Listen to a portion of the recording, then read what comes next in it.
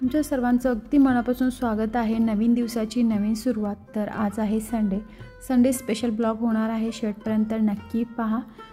आत्ता सकाळचे 7 वाजलेत आणि आम्ही आता मंदिरामध्ये चाललो आहे। तर आज आम्ही भरपूर ठिकाणी जाणार आहे, कारण उद्याच आमच्या ज्वेलरीचं ओपनिंग आहे। तर भरपूर असं काय आम्हाला घ्यायचं आहे, तर आम्ही आता पहिल्यांदा मंदिरामध्ये चाललो आहे। तुम्ही जर पहिल्यांदाच हा व्हिडिओ बघत असाल, चॅनलवरती नवीन असाल, तर चॅनलला नक्की सबस्क्राईब करा। ह्या चॅनलवरती तुम्हाला केरळाचे ब्लॉग बघायला भेटतील। तर इथं पाहू शकता आम्ही ह्या मंदिरामध्ये आलो आहे, बट मी पूर्ण व्ह्यू इथला काढलेला नाही। ॲक्च्युली आज टाईम कसलाच नाही, त्यामुळे आम्ही स्पीडनं चाललो आहे मंदिरामधून। नंतर आम्ही आता शॉपमध्ये जाणार आहे।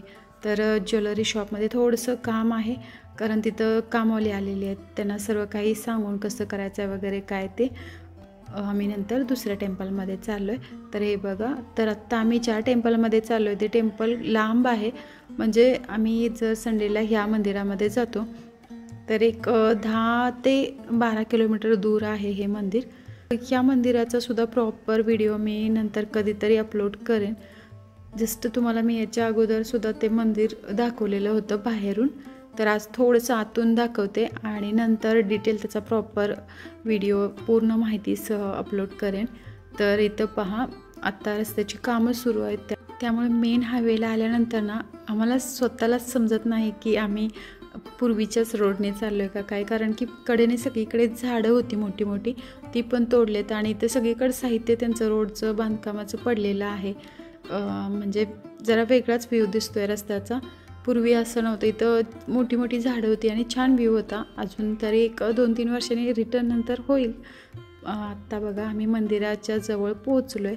तर हे बघा, इथून आतमध्ये गेल्यानंतर मंदिर येतं। तर जर संडेला आम्ही ह्या मंदिरामध्ये येतो आणि 19 वर्ष झालं आम्ही ह्या मंदिरामध्ये येतो आहे, म्हणजे लग्न झाल्यापासून आम्ही ह्या मंदिरामध्ये येतो आहे।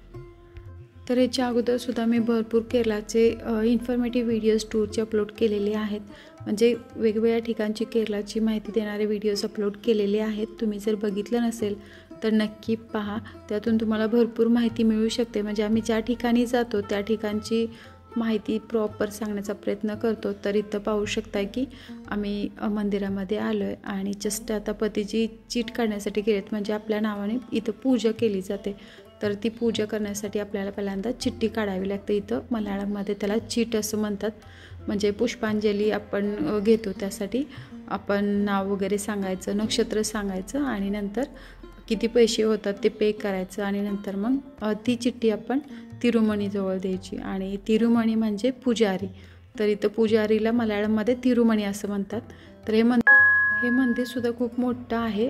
मी थोडंच तुम्हाला इथला व्ह्यू थोडासाच दाखवते आणि याच्या पुढे पण एवढंच मोठं पलीकडल्या साईडला मंदिर आहे, पण पलीकडल्या साईडला जावं लागत होते आणि इथं माणसं पण होती भरपूर, त्यामुळे मी काढलेलं नाही। आमचं दर्शन वगैरे झालं, आम्हाला पुष्पांजली भेटली आणि आता आम्ही रिटर्न चाललो आहे। तर आत्ता पहिल्यांदा आम्ही आज बेकरीमध्ये जाणार आहे, कारण आधी म्हणतो की त्याला नाश्ता वगैरे करायचा नाही, म्हणजे शारजा शेक त्याला आवडतो, तर शारजा शेक प्यायचा आहे। त्यासाठी आम्ही इथं बेकरीमध्ये जाणार आहे आणि शारजा शेक सुपरब टेस्ट आहे त्याची, म्हणजे इथला फेमस आहे केरळाचा तो शारजा शेक। कधी तुम्ही आला ना केरळामध्ये तर नक्की पिऊन बघा। त्यामुळे आज आम्ही नाश्ता न करता डायरेक्ट बेकरीमध्ये जाणार, म्हणजे काही शेक किंवा काहीतरी स्नॅक्स वगैरे खाणार आहे आणि नंतर पुढचं रुटीन सुरू होईल। म्हणजे पुढे कुठे जाणार ते नंतर सांगेन। हे बघा, ज्या बेकरी शॉपमध्ये आम्हाला यायचं होतं त्या शॉपमध्ये आम्ही इथं आलो आहे। तर इथं आम्ही केरळाचा फेमस समोसा घेतलेला आहे, पप्स घेतला आहे, ह्याला पप्स असं म्हणतात। आणि मी समोसा घेतला आहे कारण मला समोसा आवडतो, त्या दोघांना पप्स आवडतं। आधीने तर रोल पण घेतलेला आहे आणि आम्ही खातो आहे तोपर्यंत शेक वगैरे रेडी होईल। आणि आता हे बघा, ह्याला म्हणतात शारजा शेक।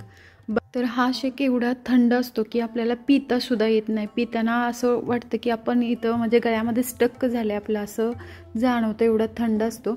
तर याच्यामध्ये वेगळ्या पद्धतीचे केळ टाकतात, म्हणजे की ह्या शेकसाठी एक स्पेशल केळ आहे, केळ आणि आईसवालं दूध असतं, कॅशनट, बदाम आणि याच्यामध्ये हे पण टाकतात बूस्ट पावडर आणि शुगर, असं हे सगळं मिक्स करून ब्लेंड करतात, तशा पद्धतीचा तो शेक बनतो। आत्ता आम्ही इथं एका फर्निचरच्या शॉपमध्ये आलो आहे, म्हणजे आमच्या ज्वेलरी शॉपमध्ये ठेवायसाठी आम्हाला एक चेअर घ्यायची, त्यासाठी आम्ही इथं आलो आहे। पूर्वीची चेअर आहे पण ती जरा बसत नाही तिथं, त्यामुळे आम्ही चेंज करून आता दुसरी जरा स्मॉलमध्ये घ्यायला बघतोय, कारण पूर्वीची जरा मोठी होती आणि तिथं आता नवीन काउंटर केलं आहे त्यामुळे बसायला थोडासा त्रास होतो आहे. मग आता आम्ही जस्ट सगळ्या चेअरवरती बसून बघतोय, आधी एकदा, पतीची एकदा, मी एकदा, असं आम्ही पारीपारीने सगळ्या चेअरमध्ये बसून बघितलं आणि जी चेअर कम्फर्टेबल आणि छोटी आहे म्हणजे आमच्या तिथं बसेल तिचा आम्ही घेण्याचा प्रयत्न करतोय. तर इथं व्हरायटीची चिमणी आणि गॅसच्या शेगड्यासुद्धा आहेत, तर म्हटलं जस्ट तुम्हाला दाखवावं.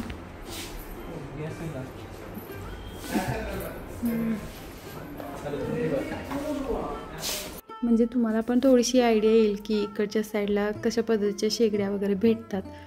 तसं पाहिलं तर केरळामध्ये असं म्हणजे काही भेटत नाही असं काहीच नाही. कोणतीही गोष्ट आपल्याला पाहिजे असेल तर ती भेटते, कारण इथं खूप मोठी मोठी दुकानं आहेत आणि इझिली कोणतीही वस्तू आपल्याला भेटू शकते.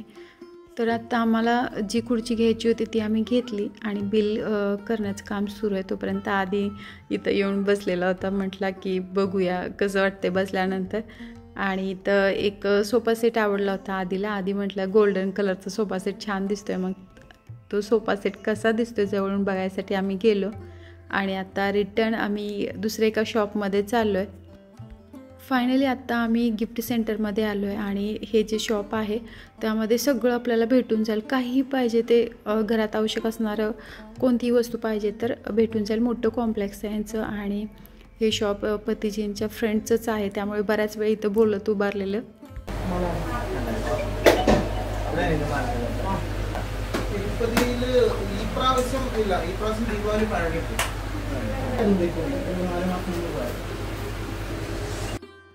तर आत्ता आम्ही आमच्या ज्वेलरी शॉपमध्ये येऊन बसलो आहे आणि इथं पहा आम्ही ही खुर्ची घेतलेली आहे, इथं पाहू शकताय तुम्ही. आणि इथं एक म्हणजे इथं शुभ मांडलं जातं दुकानात किंवा घरामध्ये ठेवतात हातीचं ते पण आम्ही घेतलं आहे. आणि हे बघा कुबेर पण घेतलं आहे. 2 छोटंसं क्यूटचं गणपती बाप्पाचे स्टॅच्यू पण घेतले, ते एक आधीला स्टडी टेबलच्या वरती ठेवायला आणि एक आम्ही इथं शॉपमध्ये घेतलं आहे. तर एवढी खरेदी करून आलो आहे येताना त्या शॉपमधून आणि आता जस्ट आम्ही इथं वेट करत बसलो आहे, कारण बाहेर कामवाली आहेत आणि काम सुरू आहे. पतीजी त्यांना काय काय सांगतात, हे करायचं ते करायचं, आणि आम्ही जस्ट दोघंजणी असं निवांत बसलो होतो. दुकानातून घरी आल्यानंतर आता एका वास्तुशांतीला चाललो आहे. तर इथंच हरिपाठमध्ये वास्तुशांती आहे. सकाळपासून जायचं होतं आम्हाला, पण सकाळपासून कामच सुरू होतं, उद्याच ओपनिंग आहे त्यामुळे खूप धावपळ होती आजच्या दिवसात. म्हणजे बरंचसं काम बाकी राहिलेलं पेंडिंगमध्ये, त्यामुळे आम्ही काही जाऊ शकलो नाही सकाळी दुपारी. तर आत्ता रात्रीची वेळ आहे, म्हटलं आता जरा थोडासा फ्री टाईम भेटला होता, म्हणजे तसं पाहिलं तर टाईम नव्हता बट आम्ही म्हटलं जाऊन यावं. तर आता इथं पहा आम्ही आलपीमध्ये पोहोचलो आहे. तर आलपी तुम्हाला माहीत असेल सर्वांना, आलपीमधलं बॅकवॉटर फेमस आहे आणि ज्यावेळेस टूरसाठी तुम्ही केरळामध्ये येताना त्यावेळेस आलपीचा हा बॅकवॉटरचा पॉईंट सगळेच टूरच्या पॅकेजमध्ये देतात. तर हे बघा अशी आहे आलपी, म्हणजे थोडंसं व्ह्यू दाखवला आहे मी, फुल नाही. आणि आत्ता आम्ही फायनली हरिपाठमध्ये पोहोचलो आहे आणि इथं आल्यानंतर घर वगैरे पाहिलं आणि फ्रेंड्स पण भेटल्या, म्हटलं की फोटो काढून ठेवावेत आठवण म्हणून आम्ही आता फोटो काढण्यासाठी असं उभारलो आहे आणि सांगतोय मुलींना असं फोटो काढा तसं फोटो काढा. शेवटपर्यंत व्हिडिओ बघितल्याबद्दल मनापासून धन्यवाद. थँक्यू.